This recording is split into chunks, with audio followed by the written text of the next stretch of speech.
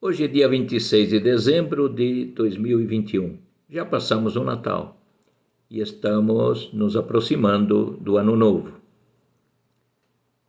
O Banco Central acaba de divulgar as informações contidas no chamado Relatório Focus, também conhecido como Relatório de Mercado.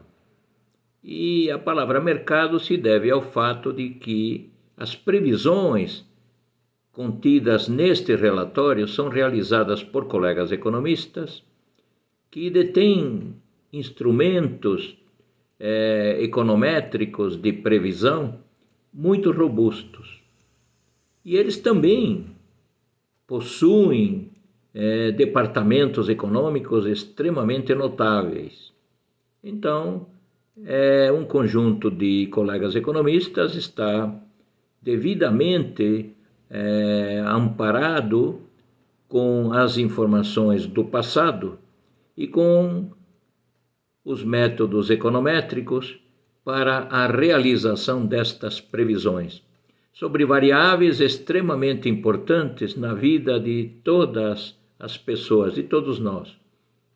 E também, é claro, do conjunto de toda a economia, do nível da atividade econômica e também seus efeitos sobre a questão do emprego. Então vamos lá. Nós temos algumas variáveis que são da gestão do Banco Central do Brasil.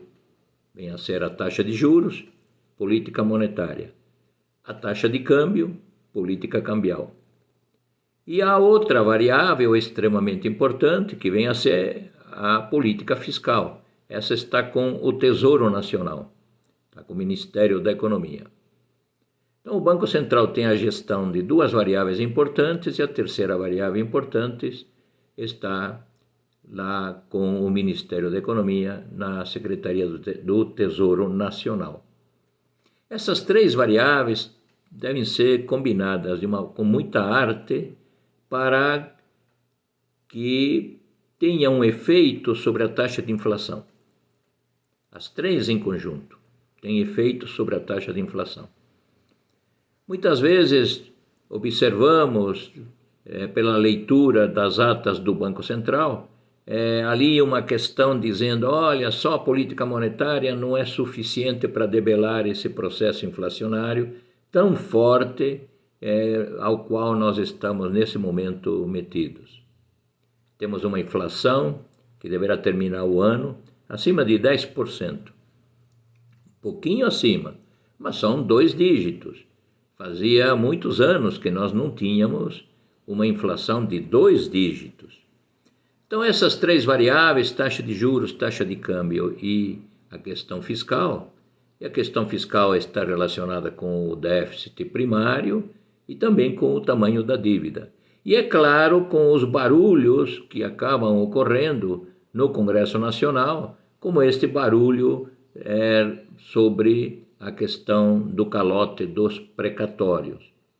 Quando o governo se nega a pagar uma dívida, a imagem desse governo fica extremamente prejudicada, arranhada pelos investidores nacionais e internacionais, que veem nesse calote a possibilidade de aparecerem outros calotes lá na frente.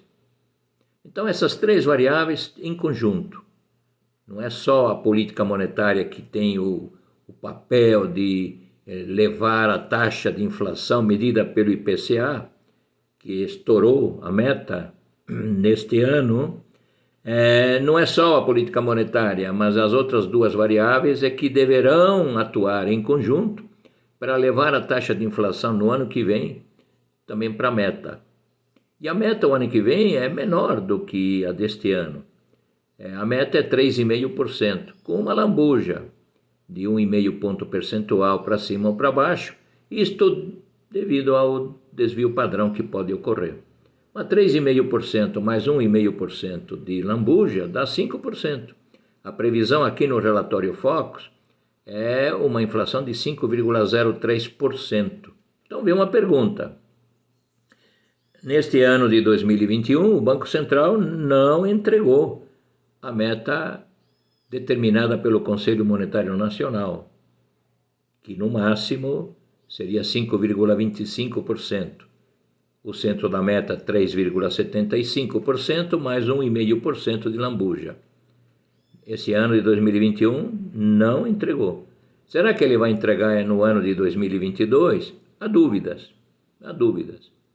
Mas vamos caminhando ao longo das próximas semanas de 2022 para ver o comportamento da taxa de inflação e estabelecermos uma correlação entre o aumento da taxa de juros e a queda da taxa de inflação. É necessário também que a nossa moeda se fortaleça em relação ao dólar. Isso seria extremamente benéfico também para o índice geral de preços, no caso o IGPM, e no caso dos preços no atacado, eles cresceriam menos e levariam menos impactos para o varejo, no caso o índice oficial IPCA. Então nós temos algumas questões extremamente relevantes aqui nesse relatório Focus.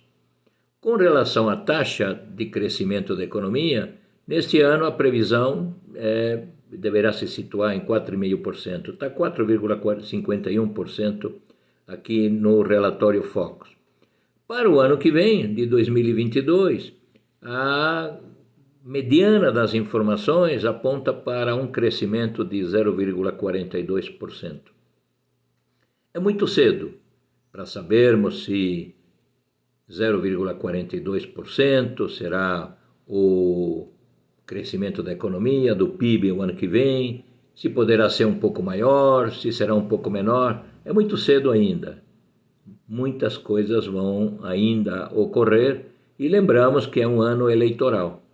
Mas, de qualquer maneira, para que o crescimento do PIB seja efetivo e tenha impactos positivos sobre o emprego, não importa se o emprego não é de boa qualidade, o que importa é que as pessoas fiquem empregadas. É claro que, do ponto de vista da renda, quando comparamos a renda atual dessas pessoas que acabam sendo empregadas, a renda tem sido muito menor do que a renda que eles obtinham anos passados.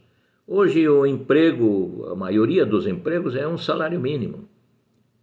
Bares, restaurantes, milhares e milhões de pessoas ganham um salário mínimo. E tem que sofrer as consequências dessa elevada taxa de inflação. Então, para que o crescimento de fato seja observado ano que vem, vai ser necessário fazer um ajuste fiscal muito forte, talvez não seja conseguido. Vai ser necessário aumentar ainda mais a taxa de juros, porque há dúvida se esse ajuste fiscal será bem sucedido, e será necessário que a nossa moeda se valorize em relação ao dólar norte-americano. Seria muito interessante que essa relação moeda nacional com o dólar norte-americano se situasse perto de R$5, apontando inclusive para baixo. Isso seria extremamente salutar do ponto de vista da taxa de inflação. Temos a dizer que estamos bem no setor externo, não é de hoje, já há vários anos, estamos bem. Estamos num momento extremamente recessivo, tivemos por dois trimestres consecutivos uma taxa negativa de crescimento da economia, estamos em recessão técnica, mas estamos olhando 2022 extremamente esperançosos de que algo venha a ocorrer para tirar a economia dessa situação tão negativa que se encontra nesse momento do tempo.